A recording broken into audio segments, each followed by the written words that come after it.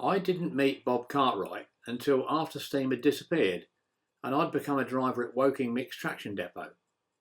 He'd often ride in the cab with me, either when he was going to work or going home, as he lived near Alton and at that time was a young driver at Waterloo.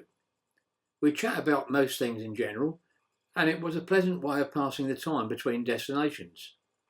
I knew that Bob also had a keen interest in steam. It was in his blood, and in later years I often saw him at the Mid-Hants Railway, where he worked as a volunteer driver. His knowledge of steam locomotives is vast, and when I decided to write a further book about other railwaymen's experiences, I thought Bob's tales would make excellent examples. In his own words, here are some of Bob's ramblings. Have you heard of Eastleigh on the LSWR, the Southern's premier depot, renowned both near and far? The masters of the Nelsons, the Arthurs and the Schools, their exploits on the Iron Road made others look like fools. Oh, you must have heard of Eastleigh men, so versatile and dour, at home on freight or express train with any motive power. Up boat with a Charlie, they beat the bloomin' lot. They'd time 'em with a wheelbarrow, that was all they'd got. Oh, sing the praise of Eastleigh chaps, such gentlemen are they, revered by men from Dorset and the Cockneys, so they say. If they prepared your engine, you knew the work was done. The coal was trimmed, the lamps were lit, sheer quality, A1. Long may they reign, the Eastleigh men, professional to the core. Their fine example sets the bull that others seek to score. They spread the word both far and wide to every mother's son. And that's why some of us came up here to show you how it's done.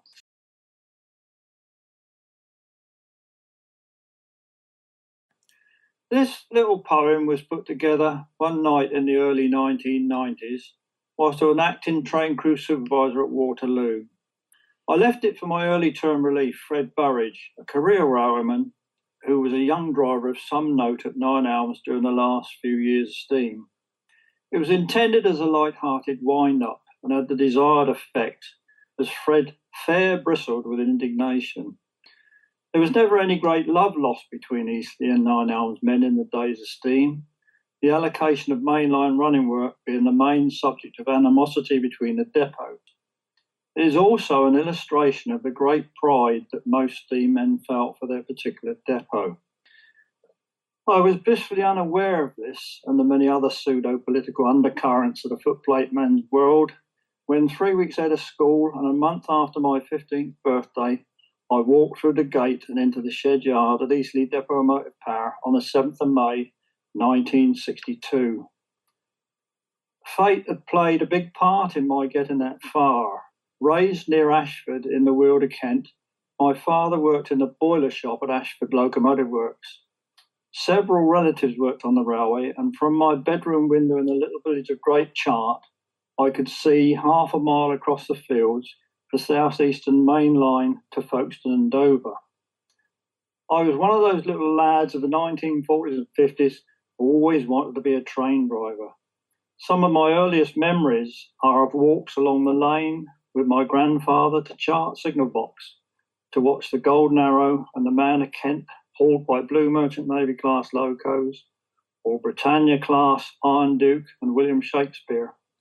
At that point of the journey, down trains would often be doing 90 plus mile per hour, just before braking for the speed restriction through Ashford Station, and I was hooked. And then disaster. In 1959-1960, the Kent Coast Main Line was electrified and steam was on its way out. However, fate stepped in. Dad was made redundant and opted to transfer to Eastleigh Works near Southampton, and I went to live at Woolston on the shores of Southampton Water. Alongside all of the other amazing things in the great city of Southampton, this country boy discovered that steam was still alive and well. My aunt and uncle had also moved from Ashford and lived in a flat above Woolston railway station. They soon came to know all the staff, and in particular one of the signalmen, Augustus Mears. And via them, I soon became a regular visitor to the box after school. Gus taught me the intricacies of absolute block signalling and the Sykes lock and block system.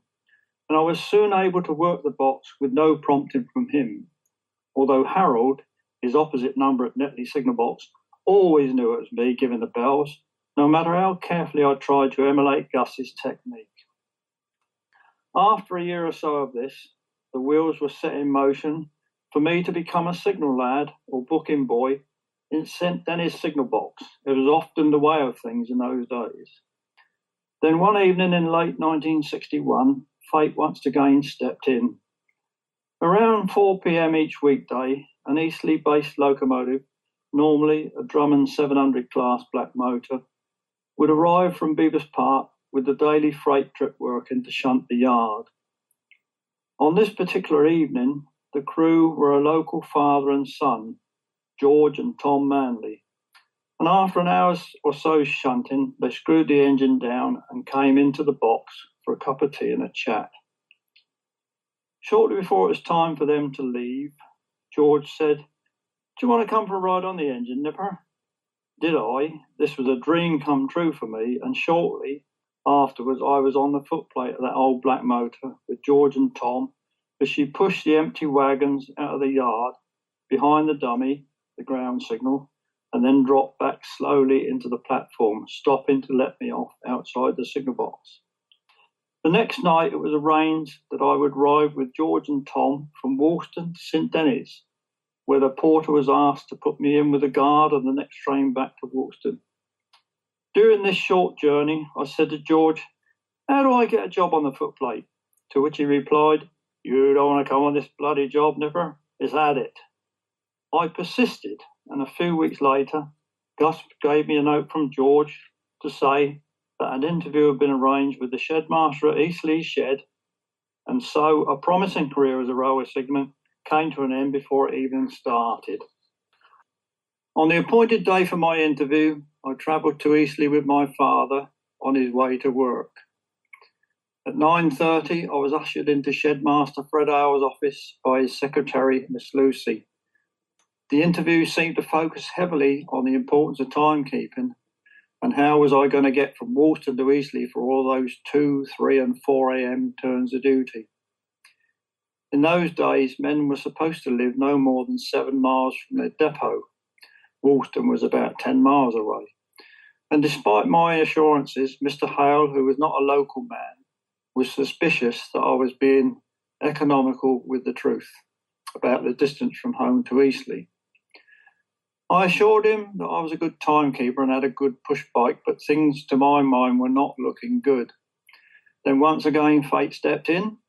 He asked me how I got to Eastleigh that day, and I told him that I had come up on the train and by sheer chance also said, "with me dad." Mr. Hale then said, "And where does he work?" To which I replied, "Over the road in the loco works." "Ah, right, why didn't you say that before? Sign here, when do you want to start?"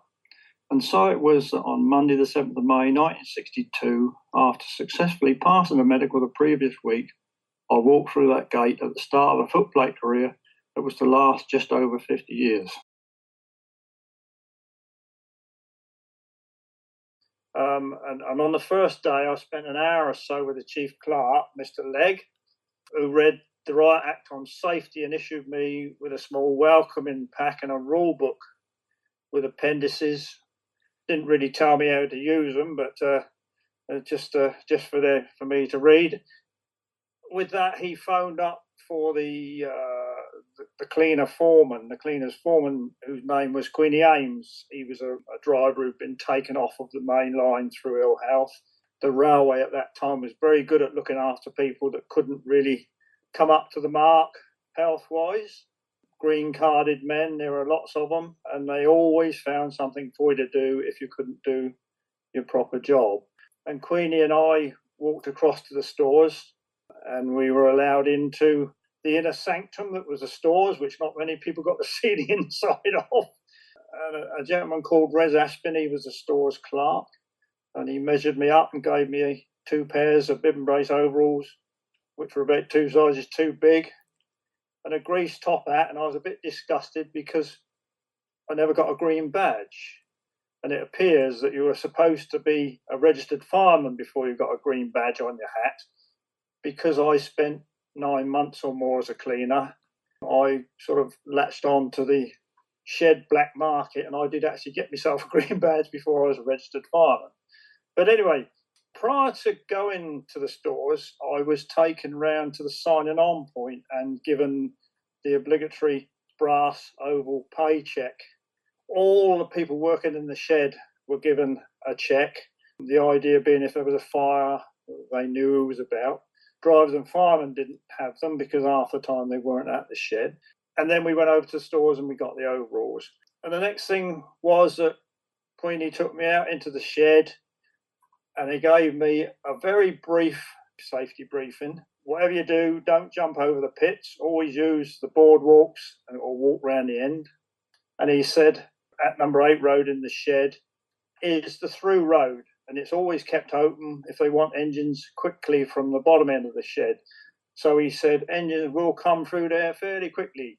And the last bit was, he said to me, that engine there on its own, son, he said, it's called a light engine. He said, but if it runs over your bloody foot, you'll find out it ain't very light. And that basically was my safety briefing. And when you think what we go through now, or what we used to give them when we were working on the job, it was amazing that was it. There was no comment about working at height or anything like that. Nothing about hot surfaces. You learnt as you went along, sometimes a very hard way. Anyway, we walked across the shed to find a gang of cleaner boys. And as we walked down one of the roads, several lads were seen to bail out of the cab of a locomotive. And Queenie muttered something about, they're having a crafty fag, little buggers or something like that, you know. I was introduced to the lad that was the cleaner in charge of the gang, Frank Campbell. Frank's still about, actually. Queenie left me in his tender care. And the engine they were cleaning was 850 Lord Nelson. Frank showed me how they used brown cloths, the rusties, dipped into the oil and wiped on the paintwork and then wiped off with a clean cloth. And then he proceeded to put the bucket right up on the frame of the loco alongside the boiler and encouraged me to climb up onto the side and using the nameplate to climb up onto the handrail. And I was petrified. I've probably never been so high off the ground unsupported in my life before. The boiler was hot, so you used a cloth underneath each hand to sort of cope with the heat. And I was left to start cleaning the top of the boiler. In the meantime, all the other lads climbed back in the cab doing what they were doing before, having a crafty fag, left me on my own. I was probably, 10, 15 feet away from the safety valves, which on a lot of engines always leaked a little drop of steam by. And I was petrified that any moment this safety valve was going to erupt with steam because I knew all about engines blowing off. That was my first introduction into the rigours, wherever it was, of cleaning engines. And over the next few weeks, I became as adept as the rest of them at climbing up and down off of engines and learning the job. But it was a very steep learning curve to start with. To be placed that high off the ground on a hot boiler, well, it just wouldn't be done today. You're balancing on handrail. Nearly, if you fell off, you'd have broken something without a doubt.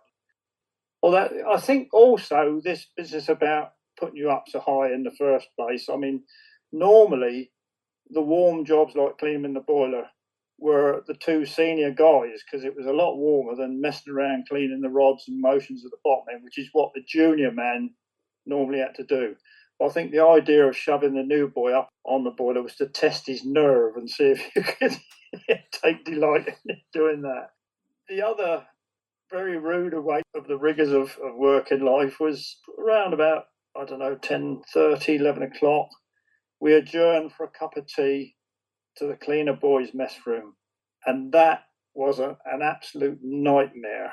The stove, the cast iron stove, had been split asunder with detonators dropped down the chimney, and stories were told of the lads sitting there chatting and they would hear a rattling in the chimney and the mess room they'd all make a scramble for the door because they knew somebody was on the roof dropping detonators down there. So the stove was split asunder. The window was covered with a wagon sheet because all the glass had been broken, and the table was made of 1/4-inch steel because the wooden ones had all been broken up. And there was crusts of sandwiches lying on the floor. It was an absolute health and safety nightmare. And most of the time, as I got into things, I would take my tea can and make myself some tea and go and sit on an engine and eat my sandwiches. But it was certainly, to somebody who had only ever been to a boys' school and led a fairly sheltered life, it was a real rude awakening to the rigours of working life. You did get picked on a little bit, but I have to say it wasn't too bad. Something else that quickly happened is everybody had a nickname. And because at the time there was a cowboy program on called Bonanza on the television, featuring a gentleman called Ben Cartwright. My name, I was given the nickname of Ben almost right from day one. And that stuck with me right through my 50-year career. And my wife used to get quite upset because she said officialdom should really use your correct name. And we all had nicknames. Just as an aside, there was one guy called Victor David Bowman, so you can imagine what his nickname was. On we went with my cleaning career, and new boys started, and attention focused on them rather than me. If you were already 16, you probably would do 2 weeks as a cleaner and be sent straight to the firing school. And of course, I was very jealous about this because I was 15 when I started and I had to do nearly 12 months cleaning before I ever got anywhere near an engine officially. But one of the things that I didn't realise is that I wasn't aware of the seniority system on the railway. And all these young lads that were coming on and doing a couple of weeks and then going out as firemen were filling up the bottom links, the preparation disposal link and the loco works shunting link. And that meant that when I finally did get my fireman's ticket, I jumped over all of them because my seniority took me straight into a running gang, the tank gang. Fortunately, being interested, once I got my feet under the table, any spare time that I had would be spent at the disposal pit, trying to catch a ride from there round to the shed, which, if the engine was turned via the triangle, was pretty much a mile's run. So it was something to get the feel of things, you know. As my seniority as a cleaner boy took me up, you were also given certain little perks. If you can call being assistant to the boiler inspector, the idea of that was you would sign on at 8:30 in the morning, and if he had 2 or 3 engines to look at, your job was to climb in the firebox before he got there, clean all the rubbish off the top of the brick arch, and sweep things down. And when he arrived, you would sit in the cab covered in dust and ash, and as he called for his various tools, you would hand them in to him. And that was supposed to be a perk. It got you away from cleaning.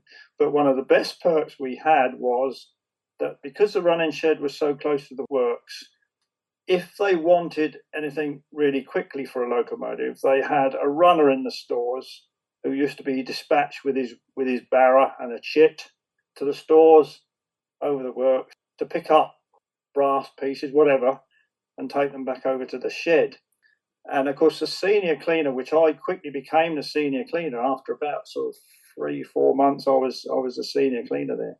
And that was the perk for the senior cleaner. And I spent many, many hours in the stores, which benefited me in many, many ways later on, because for a start, I got on very good terms with all the storemen, who were usually pretty tight with anything they were dishing out, especially cloths and white cloths, etc. And also, it enabled me to get over the works quite a bit. And my father worked in the boiler shop, and I could often go to dinner with him in the works canteen. Got to know I almost became a mascot of the boiler shop because Dad worked in the boiler shop, and of course they all knew me, you know. Also, at times you had to accompany staff, and I would take stuff up to the station on my little barrow and take it to Salisbury, take it down to the shed there. And on one notable occasion, I went to Andover to pick up all the fire extinguishers that had, because the depot had closed there in 1960-61 time, and I was told to empty the fire extinguishers, which was considerable fun in the old shed at Andover. I did ride up with the driver on the Hampshire unit going over there, over the Spratt and Winkle, which was a beautiful bit of railway. It's a shame it closed. And that was the perks of the job. Also, if there wasn't much to do in the stores, as long as you let somebody know where you were going, you could disappear to the disposal pit. And I actually tried my hand at disposing several locos with the long shovels, much to the amusement of the firemen watching me do it. But you learn as you went along. It was really good sort of practice for what was to come.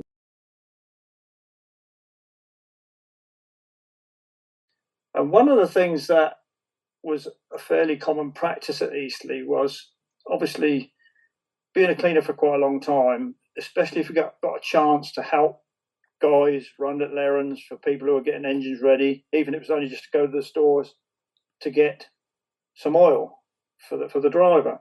They started to get to know you. And I was invited out on several occasions, particularly on a Saturday afternoon, because on Saturday you were cleaning from 6 to 2, and this avoided the railway having to pay you Saturday afternoon rate of pay.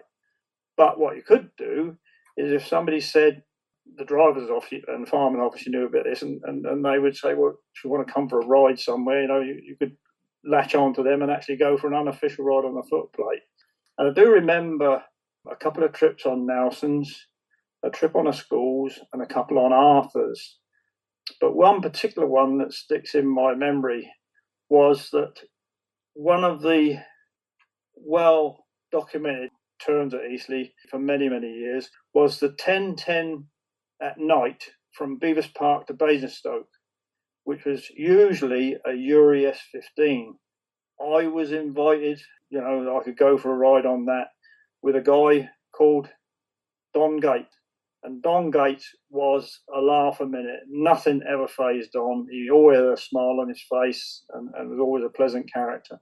Anyway, his driver, Don, lived not far from me in Woolston, and his driver, Bill Way, lived at Bitton. On the appointed day, I finished work at 4:30 in the afternoon and literally hung around the shed until they signed on about 8:30. I think would have been about 8 o'clock. They prepared their engine and we wandered around. I had told my mum that I was going to do it, so she had some idea. And we left the shed about 9:30-ish to take the light engine to Bevis Park. And by that time it was dark. And at Bevis Park, we tied on to a full load, as was normal. But of course, the Uri S15s at that time, many of them were not in the best of nick. And I was stuck up in the corner of the cab with me back to the tender and just more or less said, well, stay there and just watch what goes on. And we departed Bevis Park with this old S15. What engine it was, what number it was, I never took a note. But it was ramping mad, blowing its innards out, and off we went. Pretty much as we went through St Denis platform, the safety valve shut and they never opened again for the rest of the trip. By the time we got past Swaledin towards Southampton Airport, you could already see that things were not going as they should. The Don got a dart down and shoved it in the fire and levered up a little bit to try and get some air through it. And then he showed me a little trick that he regularly does. Approaching Eastleigh, he prepared to put on a good face to make out he was doing all right. And as I say, things were not looking good. But approaching Eastleigh and past the shed, the fire old door was cracked open and Don sat on the box and leaned out the side through the station so that anybody who was looking, and as always, these engines, the safety valves were generally whispering no matter how much steam they got in it. So we go through Eastleigh with the door cracked open and Don leaning nonchalantly out the side. He looked at me and winked, And as soon as we got to the other side of Eastleigh, the door was shut. Down came the firearms, give the fire a good ruck through, and we struggled on up to Lichfield Tunnel, which was a further 17 or 18 miles. Turning the top of the bank with, the water was right in the bottom nut. Tide's gone out, as Don would say. And of course, it was pretty much all downhill then to Basingstoke. And I watched all the goings on there. And I think every time Don looked at me, there was a smile on his face, and Bill was sort of sitting over the corner, just staring ahead, But I was thinking, can I do this? Will I ever be able to do this? And when we arrived at Basingstoke, they went on through to, I think they went as far as Woking, but I'm not sure. They probably went as far as Woking and got relief.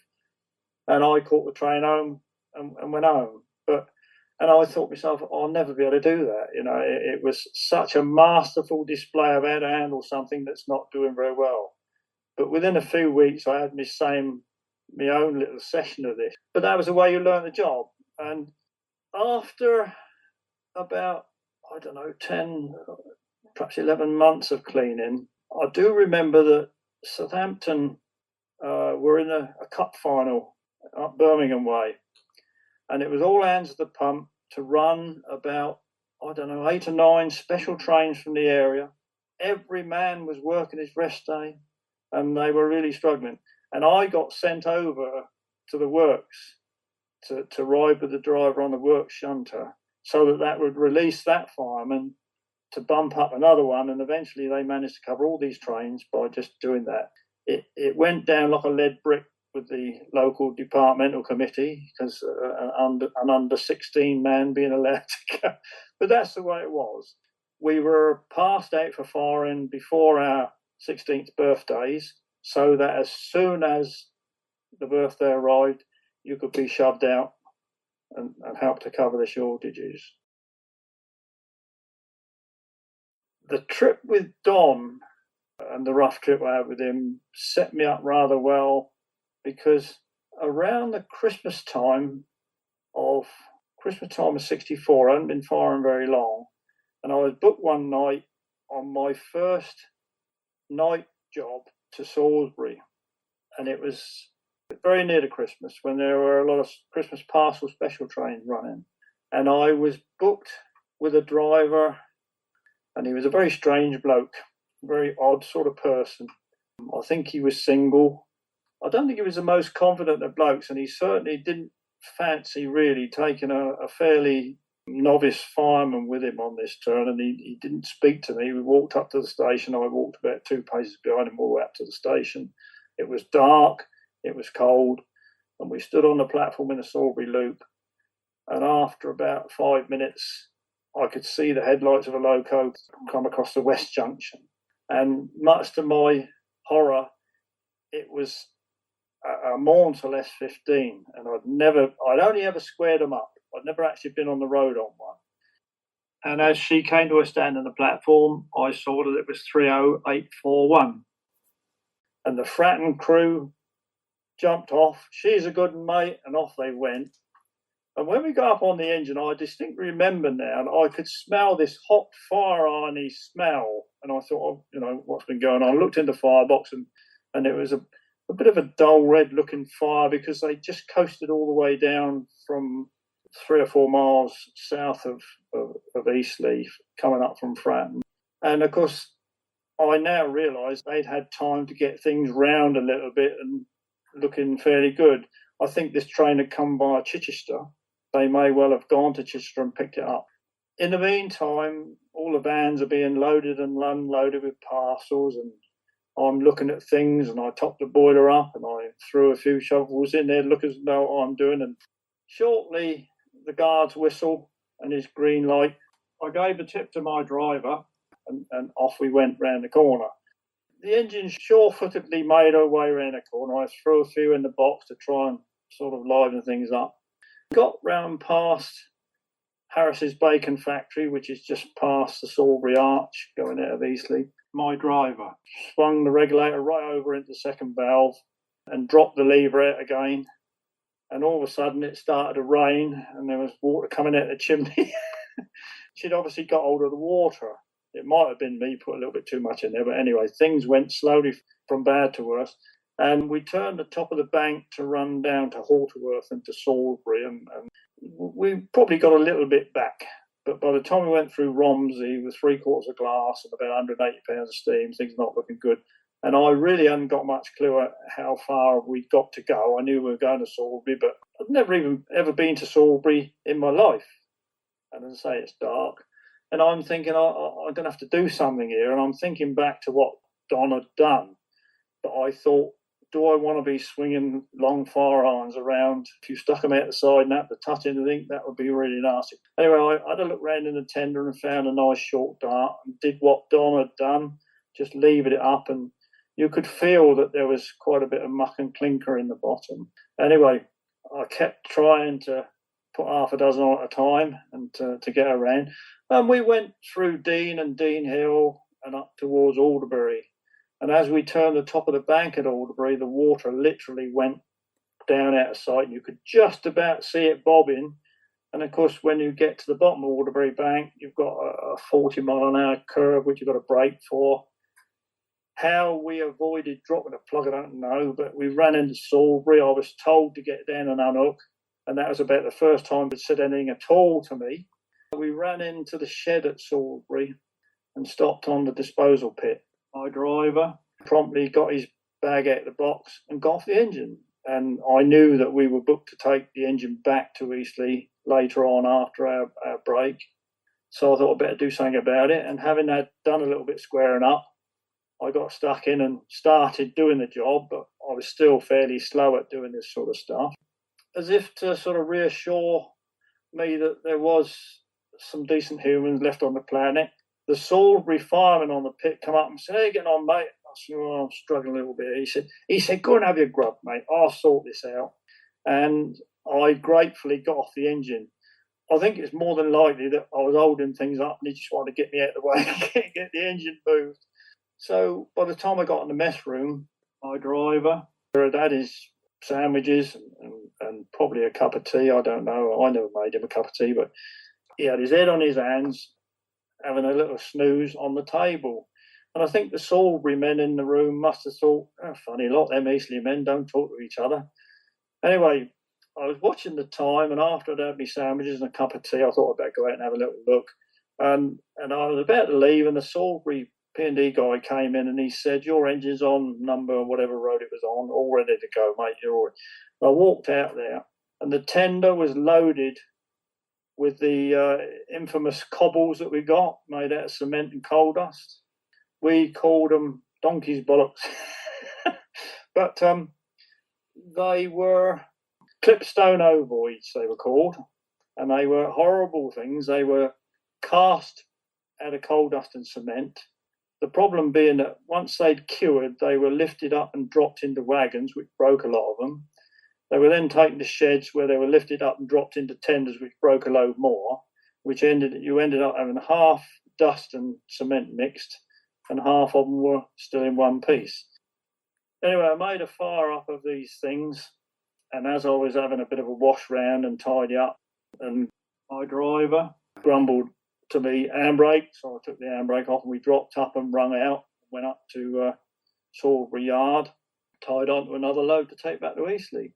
And things were looking quite good. The fire had something done to it, and it was burning through quite well. I chucked all the dust out the side or back up in the tender, made up clean coals, and off we went from Salisbury at the appointed time. And we swung round Tunnel Junction, and then you had again the 40-mile-an-hour curve at the bottom of Waterbury Bank. And as soon as we got there, I pulled the lever up, swung the regulator over the second valve, and dropped the lever out again, at which point the engine promptly picked up the water, and I think the boiler was pretty grotty. So he cursed, shut the regulator up, opened the cocks, tried it again, by which time we'd lost a fair bit of speed. And I thought to myself, if this don't work, I can see me or the guard doing a bit of walking here to get some assistance. But anyway, we laboured over the top at Alderbury, and and as we passed Alderbury Box, the lights were on and the signals were looking at it. So I just cracked the door slightly and waved nonchalantly to the signalman and said, "All right." Once you get down onto the straight approaching Dean Station, you used to be able to look right down the straight stretch, and you could see about 5 or 6 signals, including the distance for Dean Hill Box. As we came round the right-hand curve to approach this straight, my driver walked over to me, and I thought he was going to say something, even if it's only "you're bloody useless." But he looked over and he looked down at all these green lights, walked over the other side, sat down on the box, pulled his collar up and actually shut his eyes. And I couldn't believe it. There's me with a water bobbing in the bottom nut. I'm just sitting over there having a nap. Anyway, we soldiered on. I managed to get a little bit back because we're downhill, blower hard on. And finally, we rolled into Eastleigh, unhooked the engine and took it into the shed. And as we arrived on the pit, our young Bob Candy, who was a running foreman, climbed up and he said, just do a bit to the fire, will you, for us, Ben? My driver got off and left me to it. And I thought, I don't want to do this job anymore. It's a horrible evening, you know. And I was booked the same turn again the next night.